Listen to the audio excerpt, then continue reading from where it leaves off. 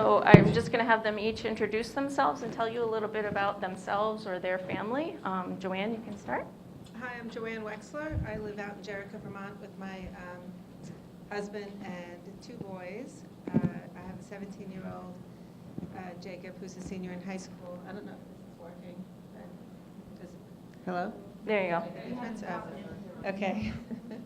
He's a senior in high school, and we're working on transitions with him. He's doing all the college searching, and he wants to play sports when he gets to college, and so that's been really consuming of our time right now.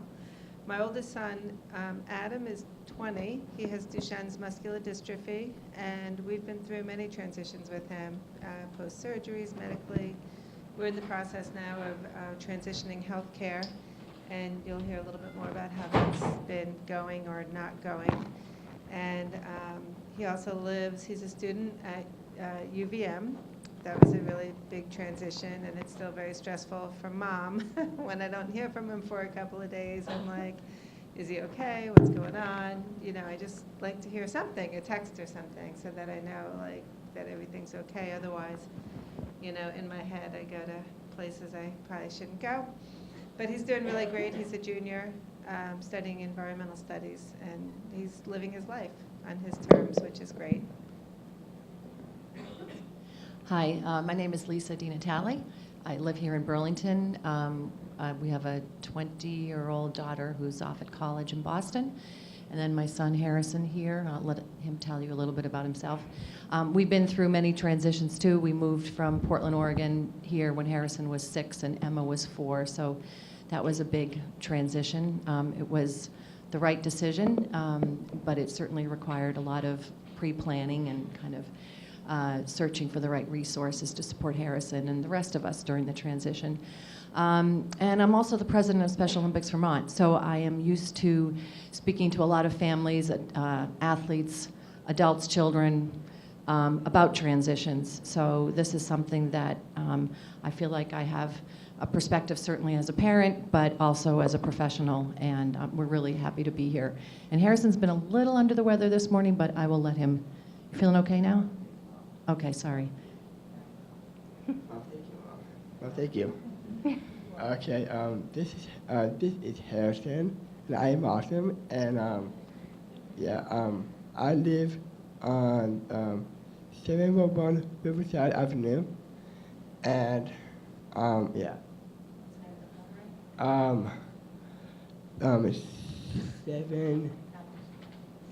thanks, Mom. And I am awesome and same as Sky here. And oh yeah.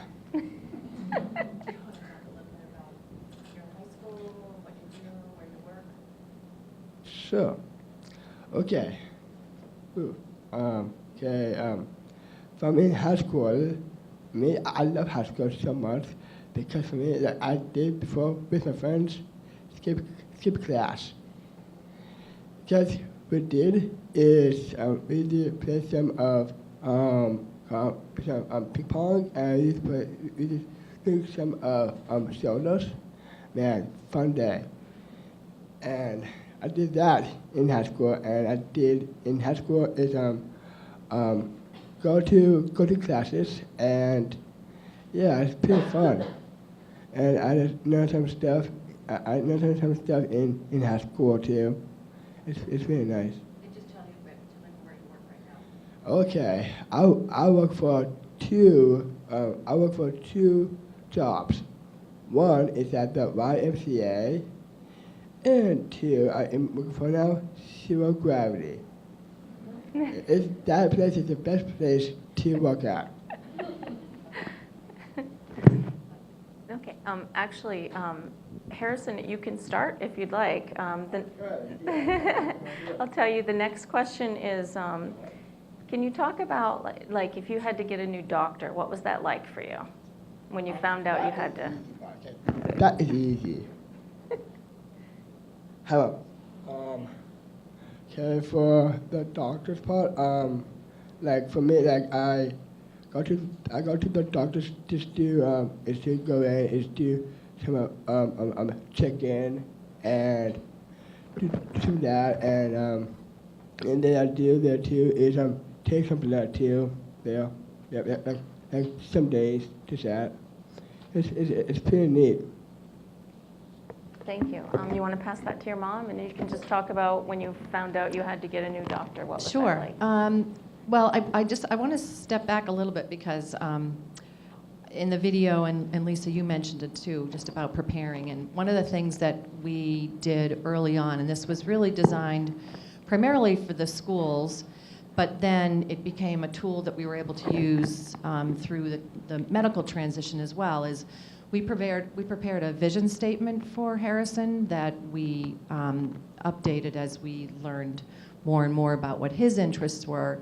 But it was more than just 2 lines. It was really about how he envisioned his life and how we envisioned his life being in terms of his level of independence. And it was something that we shared with the general educators in the Burlington schools, anyone else that we felt as though really needed to have a really big picture of what Harrison's life and his goals were. And that really served as just a great tool. So it kind of put everybody on the same page.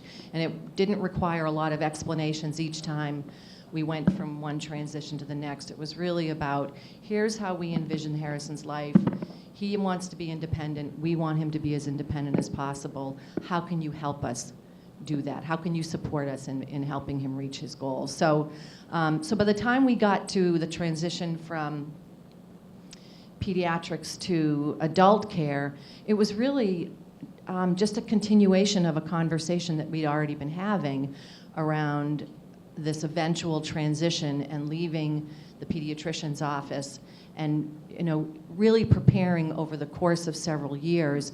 It wasn't abrupt. It was what are the things that we need to be doing to put into place. And I know one of the things in the video said, make sure that your child is checking themselves in, and that was something that we started working on really early with Hairston, as we did with my daughter too, to be honest with you, getting them to check themselves in and say their name and their date of birth and all that, and who their doctor was. I mean, it was something that we started fairly early on, so that by the time Hairston was going to any of the adult doctors, it was something he was really comfortable doing. Is that enough for now, or do you want me to should I pass it on to Joanne? That's good, yeah. Okay. I'm looking at my notes here. We've pretty much just followed Harrison's lead all the time. And then the one thing that we would say, as a parent, we would have conversations with Hairston that we were doing something with him, not to him. So that was a kind of a big distinction, whether it was through guardianship or anything else. It was, this is something we want to do with you, and how do you want to be a part of this, and what questions do you have?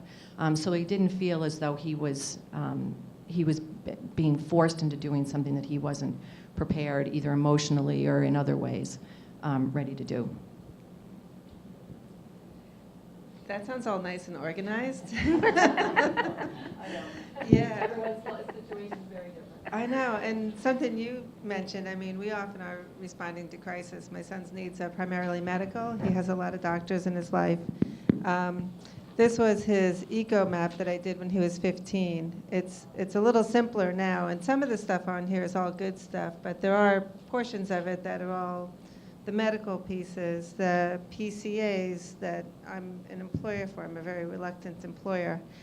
But it's necessary if he wants to live his life and be independent, which is really how I see my role. My role is really to help piece together all those, I don't want him to be burdened with knowing all the medical stuff and the PCA piece and the Cigna. I fight with the insurance company constantly, especially around durable medical equipment.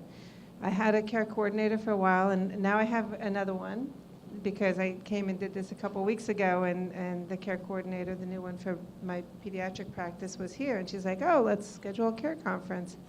I'm like, thank you, because this has been really hard trying to find the new doctors, and luckily in the pediatric world, nobody's been really pushing us out the door. We've had a couple of warm handoffs, and I'm thinking that's really good, but as far as the primary care piece, we don't have that piece in place.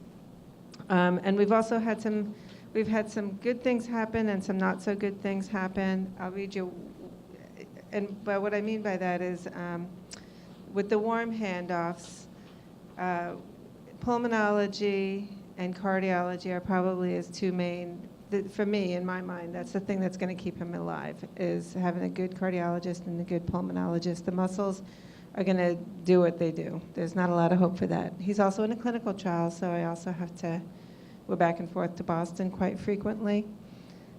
We did transition neurologists already, but that's a little bit spotty. We're not on anybody's radar.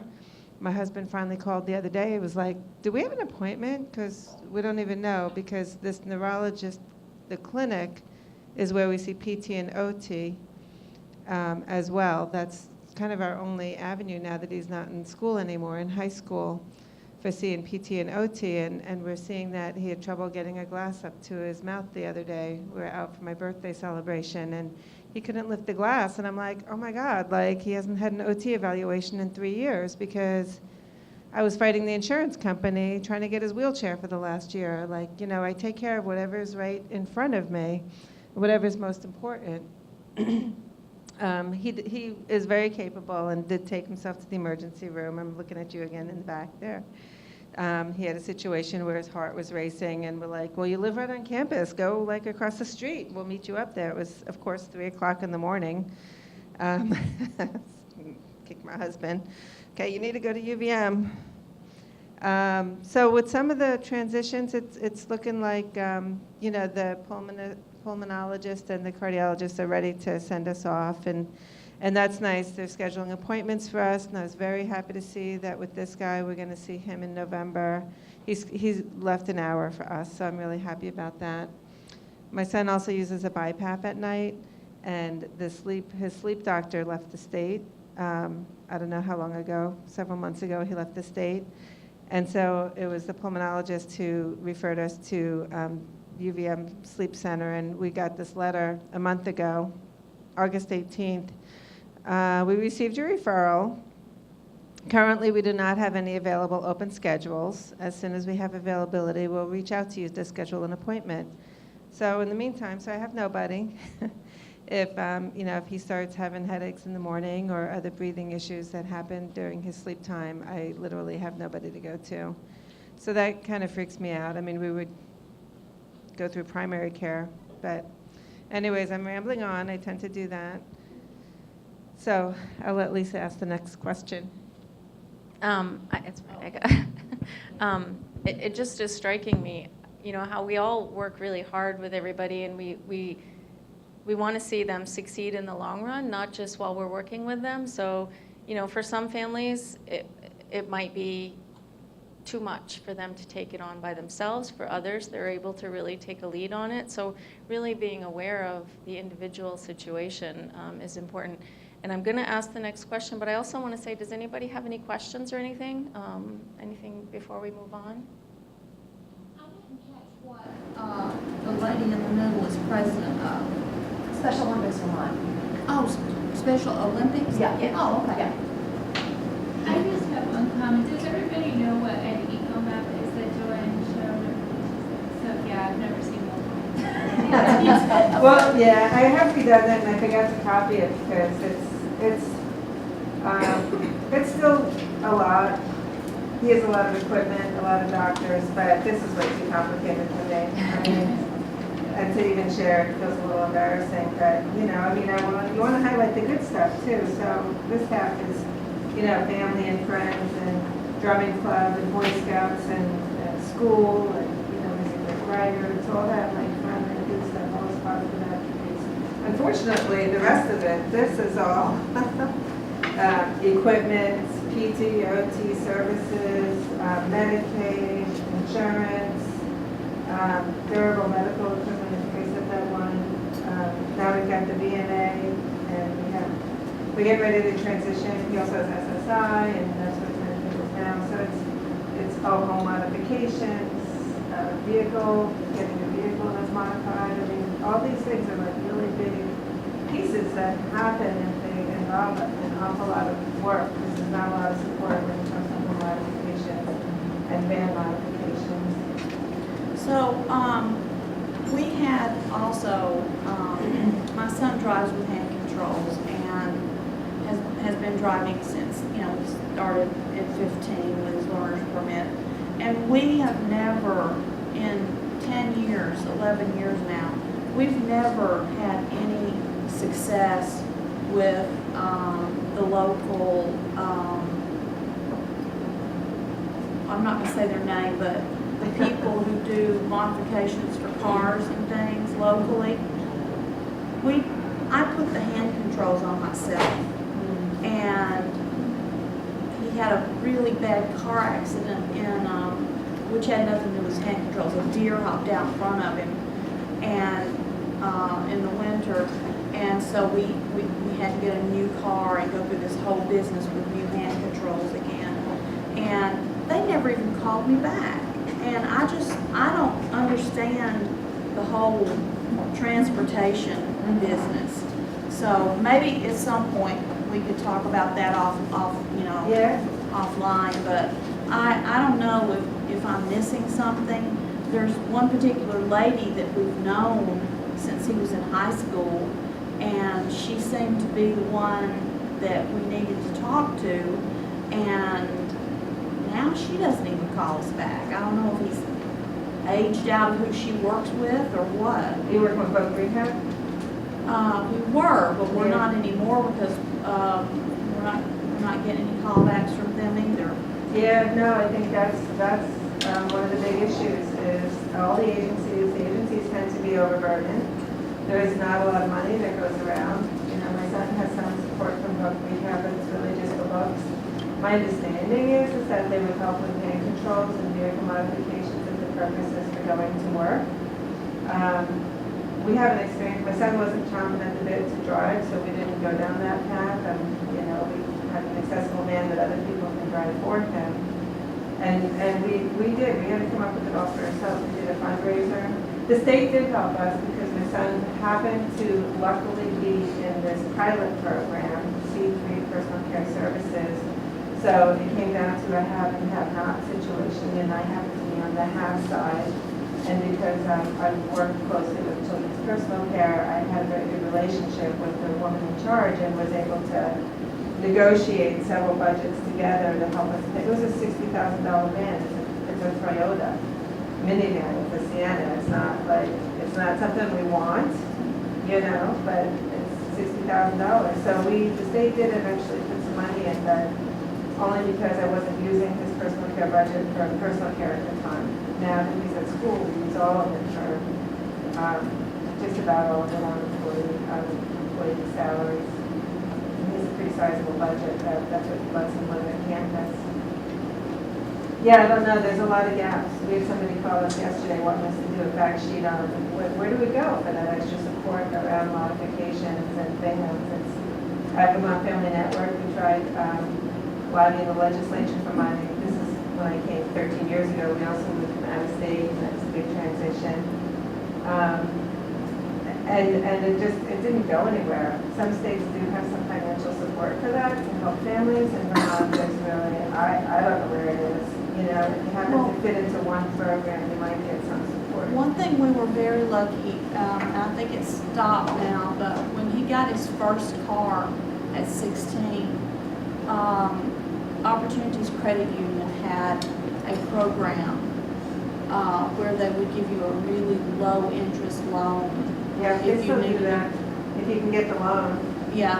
So that's how we got the first car, and the second one, was just completely out of our pocket and insurance. So I know transportation is really important. I just want to keep moving forward in that. And if you guys, no, it's all right. They're all valid points, and you guys might want to catch each other afterwards. But it points to the fact of complexity of most of us that have a child with special needs. Our lives are so complicated, and figuring out things like this is just all part of the puzzle, and what makes it all the more important to have it on your radar. So, Harrison, it's your turn, so I'm going to tell you the next question. So the next question is, talk about when you had to go to a new doctor. Who helped you with that? That is an easy question. I go to my mom and my dad. because for my mom, she's the best. And too, I love you, Mom. Yeah. So Lisa, if you want to talk about who helped you find a new doctor and also how you were involved in that process. Yeah. As I said, I mean, we started having conversations. Harrison was at Hagen Reinhardt Connolly Pediatrician, so we started having conversations relatively early with them. Joe Hagen happens to be a neighbor of ours, so he knew us from that perspective, as well as just on a professional level. So, we really asked him for his advice, Jill Reinhardt for their advice in terms of who do they think would be a good fit for Harrison. Harrison does not have a lot of medical needs. So he's on thyroid medicine, and that's really the extent of it. So we're very fortunate in that regard that we don't have to have the complexity that Joanne has, and I'm sure other people have. So it was a conversation with them, then a conversation with the doctor that they had recommended, and talking to other families. We have a small Down syndrome support group, so talking to other families who might be in a similar situation about their what they learned through the process. And then we went and visited the office and just found out whether or not that was someplace that Harrison felt comfortable in. Be honest, I think that it was, it's almost when you think about like leaving an elementary school and going to a high school, it's that dramatic in terms of what that atmosphere and that environment are like. And I think the pediatrician on the video talked about it as well. I mean, Harrison was ready to move out of a place where it was filled with a lot of child, preschool toys and stickers and things like that just would only reinforce his, didn't reinforce his adult kind of own sense of self. So that was, it's funny how those visual cues can really be, send the signal that this is a place for me or this isn't a place for me. So, did I answer your question, Lisa? Okay. So we don't really use the primary care doctor a whole lot. I see him as kind of more of a receptacle for all of our information, so notes and everything go there. So I think of that as sort of the centralized clearinghouse. I'd say probably the neurologist is the most important guy for us, even though, again, with him, he doesn't offer us a lot, but he's the one that would, for prescriptions and stuff, send in the prescriptions. He's the most knowledgeable about muscular dystrophy. I see our primary care as a generalist. My son needs a flu shot or has a cold. He can, get his annual at his primary care. But the neurologist, we got that referral through the Muscular Dystrophy Association because this particular guy, I guess the guy who was the doctor, the adult neuro, I don't think he was taking new patients, but there was a new young guy, and so we said, okay, well, let's go there because we need longevity. And, it was really important for me that my son have somebody who actually cares about muscular dystrophy. It's a pretty rare diagnosis in this state. There's not a lot of families. The doctors, and it's no offense to the doctors, I mean, we've liked all the care we've received in pediatrics, but they just don't have their finger on the pulse here. It's not a neuromuscular center. It's just not. We used to travel to Philadelphia, and we still travel to Boston, but that's primarily just for the drug trial he's in. So we know what's possible out there. But it's really important for us to have doctors that are local because we're living local, so they need to know him. And so the relationships are being developed. I'm nervous about the new pulmonologist and cardiologist. They're both being referred. Like I said, it was like a warm handoff. So we asked the doctor to please make a referral. Who you think Adam would, best get along with, who would agree with our family and whatnot. And I'm sure they're great, lovely people, but I'm still going to have my guard up as far as how much do they know about Duchenne muscular dystrophy? Do they know about the standards of care? The standards of care didn't even exist 10 years ago, so there's a lot of work that's come out of the patient organizations pushing the work, and centers of excellence is what they call the neuromuscular centers that really follow the standards of care. There aren't any up here in the Northeast. So again, I feel like I'm going to have my guard up. Even though the relationship will be with Adam and him, that piece will still fall on me, making sure that it's the right fit. I feel like it will, because, as I mentioned before, that's what's going to, that's really important. You know, he has heart meds, and recently I heard some negative things about the heart med he's on, so now I feel like it's up to me to educate, to learn, to find out the information, and then make sure our doctors have the information. So it does feel a little bit more burdensome, but hopefully we've got some great referrals, and we'll go from there. So I'm just curious, especially Lisa and Joanne, is there any kind of support that you didn't get that would have been really helpful in the process?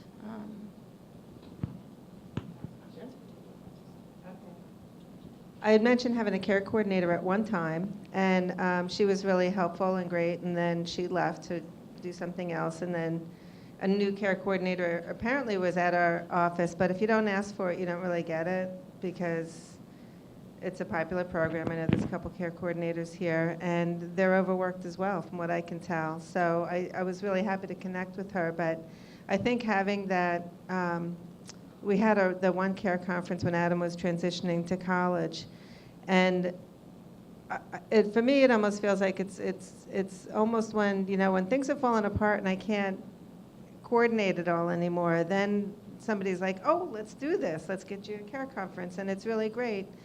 But I wish I would have had more of that as we went along. I think I had a lot of false hopes that, different organizations or people were going to help with that, like the MDA. They really don't have a presence up here. We participated with them. More for my son, he was the ambassador for a couple of years, and I saw that more for him, to have a voice, a place where he could have a voice. But medically, I don't never see them at clinic. I don't really know. So the care coordination piece is really helpful. I had a nurse case manager a couple times through insurance company. That also was just helpful. It's just another person who understands the system.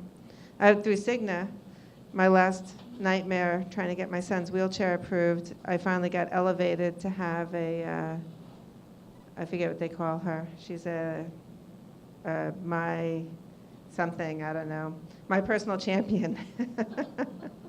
But it took, I mean, I can't even tell you, it was lawyers, lobbyists, and legislators to get elevated to that point where I have somebody now, and once all the claims go through, she goes away. But I at least feel better knowing I have Esther's phone number. I have no idea where she is. All I know is that she makes sure those claims are going through, and that's all I care about, is somebody helping me. Because it's really hard if I have to do it myself and sit on the phone for 4 hours waiting for somebody to answer the phone.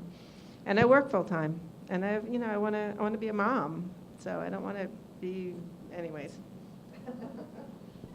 This, my So, nothing comes to mind that I felt like, wow, if we'd only had this. But I think and similar to what Joanne was saying, I mean, there's not, there aren't a lot of children being born with Down syndrome.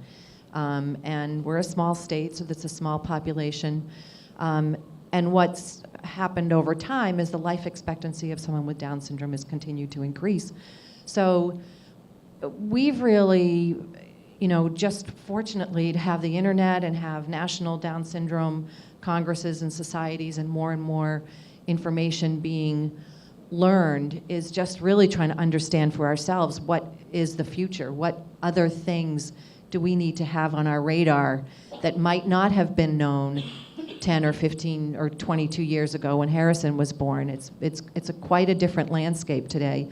So I think what we've done is not necessarily said, okay, it's up to someone else to tell us, that we need to kind of learn for ourselves as things are being discovered, as I said, with life expectancy now well into the 60s, which has not been the case in the past. So I would say just trying to get as much information, through networking, through online resources, through organizations that have the expertise. Thank you. And I just want one, Joanne's point, if you don't ask, you don't know. I know I am pretty sure that at least one of you in this room, when I started talking about policy, you probably went, oh God, we don't want to write one of those, but that's a good example of if you had something like that hanging in the waiting room that was transparent and let people know, hey, maybe ask the question, it can help. It can help people access information and supports. So Harrison, the next question is, can you talk about when you had a new doctor, how did you get to know each other and what helped you? Okay, I was the Dr. Joe Hagen, because I know him because he and me are like friends because we in the same neighborhoods, and that's why I know Joe Hagen. That's why I know Dan Hagen too, and because they are family, and that's why I know them from Dr. Hagen. You see a different doctor now, right? Yeah, Not Dr. yes, Hagen? I do know. Yeah. So what was it like when you went to your new doctor? It's great. Yes. Yes. Yeah. Yeah. He is. He's a great guy. So can I add to that a little bit? Okay. So I think one of the things, we've really just let Harrison have the relationship. I couldn't answer that question, really. And I don't go to Dr. Gunther. My husband takes him. But really just let Harrison sort of talk to them. And again, it was in the video, but having the doctor talk to the patient, not through the parent as much as possible. You may need to clarify a lot of things, but at least the conversation and the relationship exists there. But I would say that it was a fairly easy transition for you to go to Dr. Gunther, right? Right? And you have a nice relationship with him? Yeah. Okay. Success. We scheduled a get-to-know-you appointment with the new neurologist when it was time for us to transition there. And, that was, I feel like that was a nice time to just ask some questions, get to know him. He had an hour on his schedule. Adam and I both went. I think Adam has continued, even though, the relationship is with him and the doctors. He has continued to ask that I stay involved, or his dad. Either one of us is fine. And his dad does step in quite a lot to help out with the appointments, including that schlep to Boston every 3 months. And, something that Lisa said also reminded me, with Duchenne's, when Adam was diagnosed, we were told don't expect him to live through past high school or to even see his graduation. And of course, with the standards of care and the patient organizations and the push for research and money and all this other stuff, life expectancy is well into the mid to late 20s now. And some guys live longer, there's just no knowing. So that brings to mind that adult doctors really haven't seen Duchenne muscular dystrophy. Not very much, despite the population. So that's just another sort of barrier or fear that I have is where are they at? Hopefully they're willing to learn and be on board, because his heart issues might look different from other typical heart issues that they see with adults. Lungs are lungs, but there's things you can do and things you can't do. There's anesthesias he can have and things he can't have that would put him at risk. And so we just need to have that assurance that there can be a dialogue and that they're open to listening to us, and not being a doctor who feels like they already know everything, because that would be a real turnoff for us. Actually, I'm just going to add to Joanne, because I absolutely agree with that. Having someone who's open to learning new information, I think, is really important, and I think that that's what we found with both Joe Hagen and Peter Gunther. And again, conditions that emerge in adulthood versus a child with Down syndrome are very different, and it's all new. So bringing that information and having conversations about that, even if it's 5 years or 10 years or 15 years down the road, I think just continues to just establish that relationship and that having an open conversation about things, I think is really important. One of the things that I usually say during the presentation, but I think I forgot to say today, but it's coming out in this conversation, is one of our past trainings was on person-centered care. And you're kind of hearing here how different the experience can be for different people. So it brings us back to that point of making sure you're in touch with that individual, and what works for the last family won't necessarily work for this family. So I have one more question. Harrison, is there anything else that you didn't say that you would like to share? Sure. I don't want to do that right now. Yes.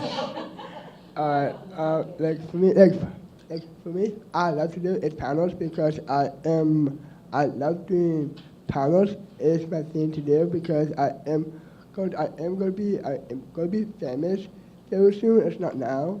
It'll be very soon. It'll be great. And yeah, that then for my thing, I love to do is working out.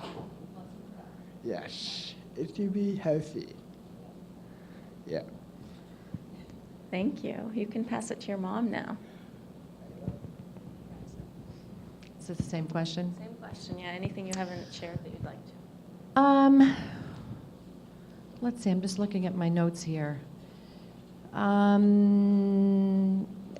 No, I think I covered everything that I wanted to make sure that I mentioned. Yeah, I mean, I think the whole thing around person-centered care is really important, and you see two very different situations, and I think keeping that in mind, I think, is really important. And the constant check-ins, is things change, circumstances change, life changes, and events happen that may change those circumstances. So don't assume that just because things are okay today, that things are okay 3 months from now or 6 months from now. So I think that constant check-in and being open is really important. For us, I guess we've always encouraged Adam to make his own decisions about his health care. It's his life, it's his body. Now that he's 20, almost 21, I've been able to kind of believe that a little bit more and step back more and really let him have control. And I guess part of it is believing that, this really is his life and it's his fate, and I don't know what's going to happen tomorrow. I can't control it. When he was younger, I was able to help guide him a lot more, and he's been very involved in all of his healthcare decisions. The clinical trial was a really good example. It's a drug trial, and we were kind of the first guinea pigs on this, and this is going on 11 years now, and it's a genetic modifying drug. So it was really intense and scary, and Adam had to understand what he was getting into and what he was doing, and he volunteered for additional biopsies and anesthesia and to take this drug, which we think is helping somewhat. We're still waiting on the FDA to, 11 years later, give us a decision about it. So I get involved in the advocacy part, and my son is involved more in the other part. And he does embrace his health care. He also takes steroids, so he's a chronic steroid user. And some of the boys with Duchenne, you'll see them, they're very big, very, very big, and a lot of that is because they're maximizing that steroid dose.